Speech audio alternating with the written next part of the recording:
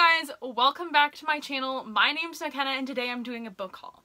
This is the first book haul I have done, besides one that I did when I had a blog after I had just gone to a huge book expo, not like expo thing, but this is the Junior Library Guild, which I love. Their warehouse sale, I did a book haul for that, but it wasn't that great.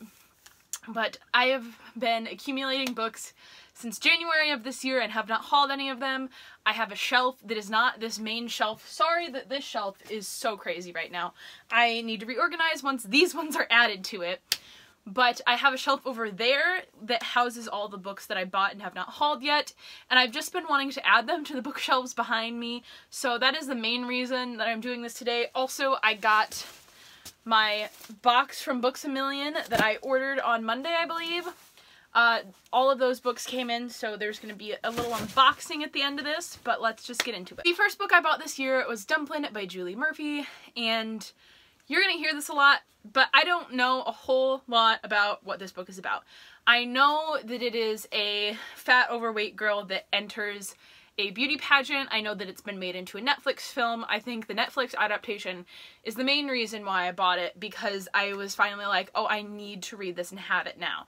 But I am always looking for good fat, overweight, curvy representation in books, and this is like the OG, and it's like a staple in overweight representation, and so I'm just super excited to read it and see what I think. The second book I bought this year was The Wicked King by Holly Black. This is the Barnes & Noble special edition. I actually already read The Wicked King, and I have it in my January wrap-up, as well as having a book talk for it, so I will link those two things down below, and I have a vlog for it.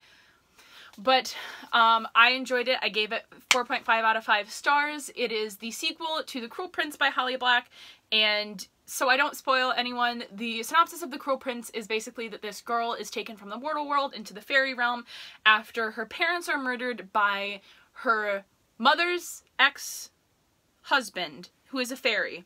And the 3 children, 2 of them are twins and human, the other one is half fae. They're taken into the fae realms, and that's like very early on in the story, and then the main character, Jude, wants to become a Knight of the King, and it's just about her journey trying to become a Knight of the King, even whilst being up against this cruel prince named Carden, and he is a jackass. But this is book 2. I liked it better than book 1. If you haven't read the series yet, I'd honestly be surprised. I recommend it, but that's the second book I bought this year. The third book I bought this year is Strange the Dreamer by Laini Taylor. And again, I don't know a whole lot about this book. All I really know is that it follows a junior librarian named Laszlo Strange, who is obsessed with this like Atlantis type city called Weep, and one day he gets the opportunity to go to Weep. Everyone loves this book. This is like everyone's favorite book of all time, and I want to read it. That's basically the only like explanation as to why I bought this book, is that everyone's reading it and it's everyone's favorite, and I want to read it too. So that's why I got this one. Also in January, I won a Goodreads giveaway for Bloom by Kevin Panetta and Savannah Ganushu. This is another one that I read. I read it in January. I will leave, like I said, a link to my January wrap-up down below. I give it 5 stars, but this is a graphic novel about a boy whose parents own a bakery, and the boy wants to run off to, I believe, Portland maybe, with his friends and bandmates, and like start a band and be in a band. And so in order for his parents to let him do this, he has like started looking for a new person to take his place at the bakery, and he finds this other guy. I don't remember their names. What are their names? Ari is the main character's name. Hector is the replacement's name. And they kind of start having a romance together, and it made me cry and it made me laugh, and it was so good, and I highly recommend it. It is out now. It has been out for a while. Maybe it was February that I got this. I don't know. But it's out. It's been out for a while, and I highly recommend it. So these next few books I actually got at Goodwill.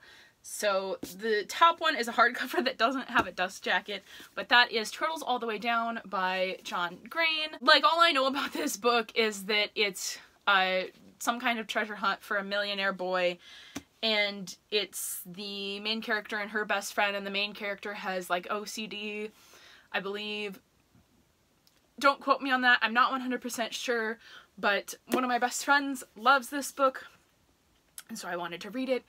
A lot of people on BookTube seem to love it, so I decided why not pick it up and give it a try, because it was like less than $2 at Goodwill. The next book I bought at a Goodwill is Perfect by Ellen Hopkins.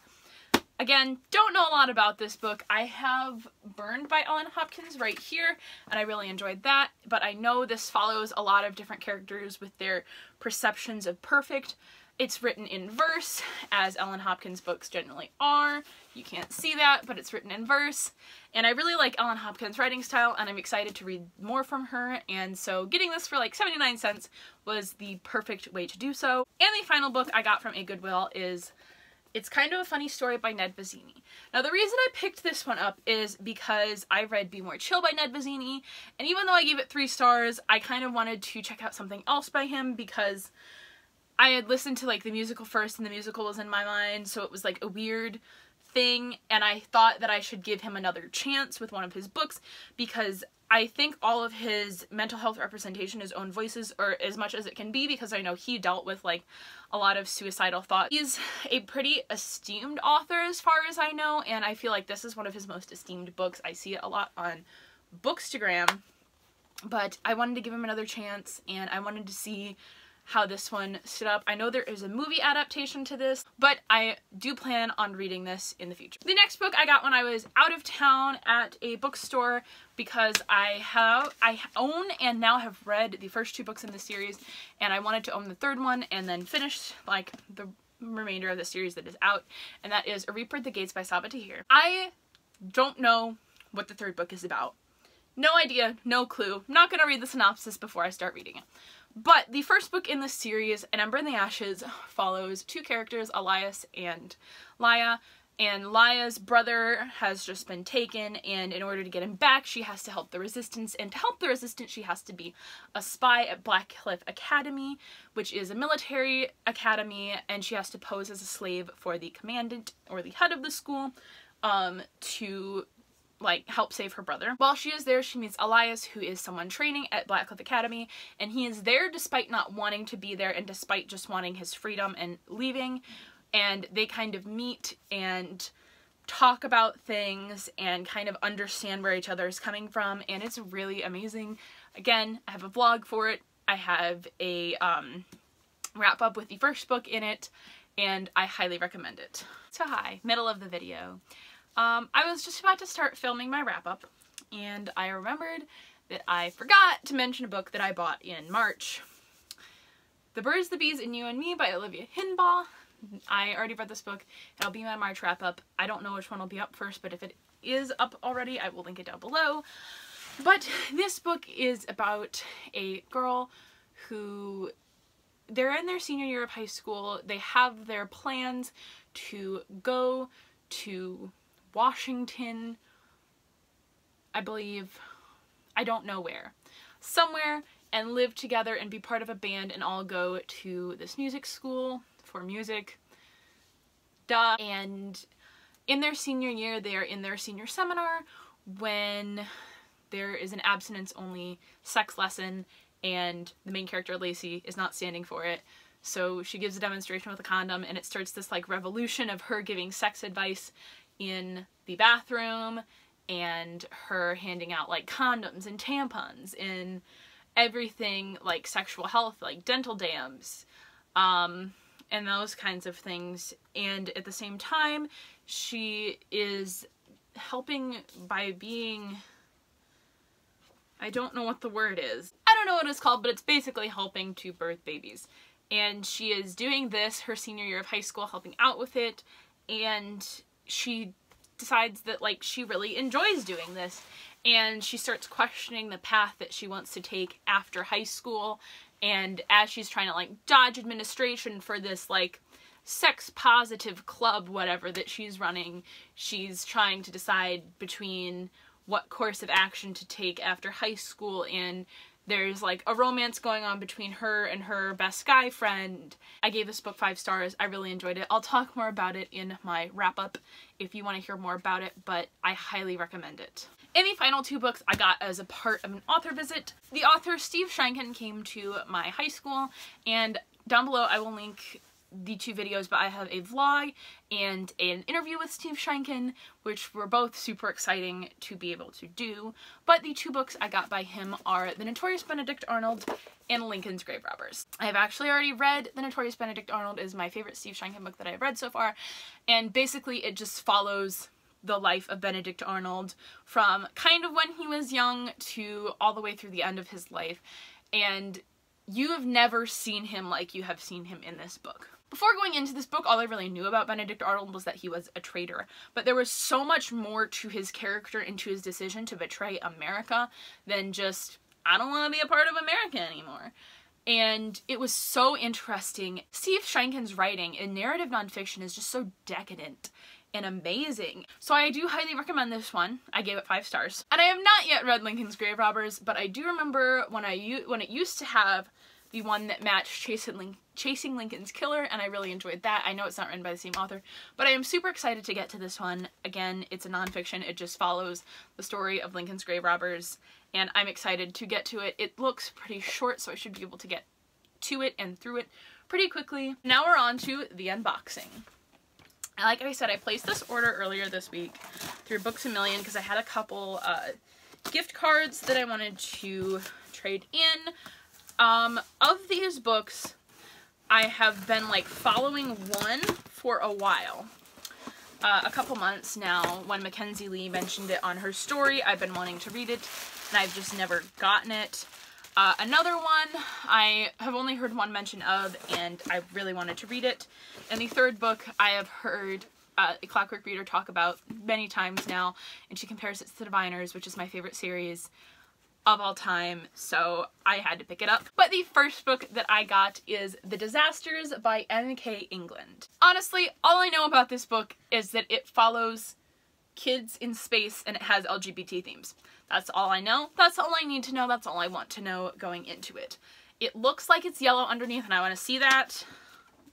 It is, and it's gorgeous. If you didn't know, like, yellow is one of my favorite colors. Yellow and purple together are so beautiful. I love this cover as well. Yeah, I don't know a lot about this, but I really want to read it. Oh, Mackenzie Lee blurbed it on the front. A clever cosmic thrill ride packed with nonstop action and starring a motley crew that won me over from page 1. The Disasters is just too much fun. That made me so excited to read this book, so probably gonna get to this one pretty soon. The next book I picked up is Voices by David Elliott, and it is the final hours of Joan of Arc. This one was also blurbed by Mackenzie Lee on the front, and she says, a stunning and innovative reimagining of one of the history's most badass ladies. So I learned a little bit more about Joan of Arc because I didn't really know about her, but in French 4, we had to watch a mini docu-series, and while I wouldn't say she's like my favorite person from history, she definitely intrigues me, and when I saw that this was coming out, I really wanted to, and I heard that it was in verse. I would try and show you again, but last time it didn't work, but it just seemed so interesting to me, and it looks like in different formats of verse. Yeah, this looks like something that I will fly through. It's really tiny. But it looks like something I'll enjoy as well, so I'm super excited to read this one. And the final book I picked up from BAM is The Last Magician by Lisa Maxwell. Like I said, A Clockwork Reader has been mentioning this book like non-stop. Corruption's such an old song that we can sing along in harmony, and nowhere is it stronger than in Albany. Recently, saying that she compares it to The Diviners, that it's very comparable to The Diviners as far as like the historical aspect and how they deal with historical topics. I think all I really know about this book is that it was compared to The Diviners. It takes place in the 1910s, in the Gilded Age. I think it might involve time travel, and it has to do with magicians. I am super excited for this book. Thanks for watching my haul. Let me know down in the comments if you like any of these books, if you bought any of these books, and make sure to like and subscribe, and I will see you sometime for a new one, and I'm going to go before I drop all of these. Thanks, bye.